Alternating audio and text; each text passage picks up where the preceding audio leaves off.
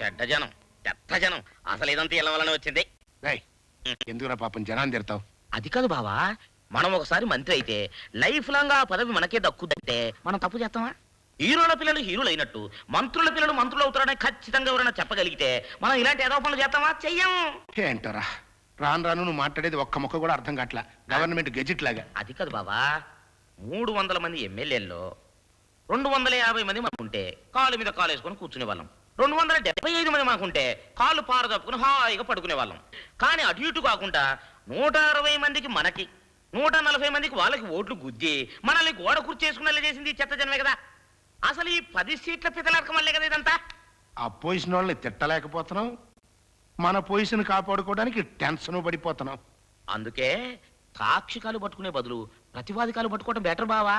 పట్టుకోవడానికి మనం సిద్ధమేనయ్యా, అది మనకి వెనతో పెట్టిన విద్య కదా. కానీ లెగ్స్ దొరకద్దు బావా. అపోజిషన్ లో నాకు తెలిసిన ఎమ్మెల్యేలు 30 మంది ఉన్నారు, చాలా మంచోళ్ళు. మన గ్రూప్ లోకి వచ్చేస్తారా? వాళ్ళ తప్ప మిగతా వాళ్ళు వస్తారు, కానీ ఖర్చు అవుతుంది బావా. ఎంత?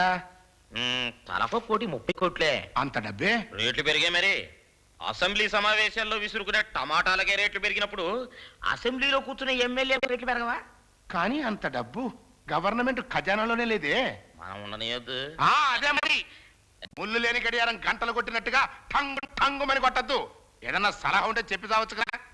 సాక్షాత్తు శ్రీ మహాలక్ష్మి వచ్చి తాకట్టు పెట్టి డబ్బు తీసుకెళ్లే చోట ఒకటి ఉంది, చూపిస్తా పదా.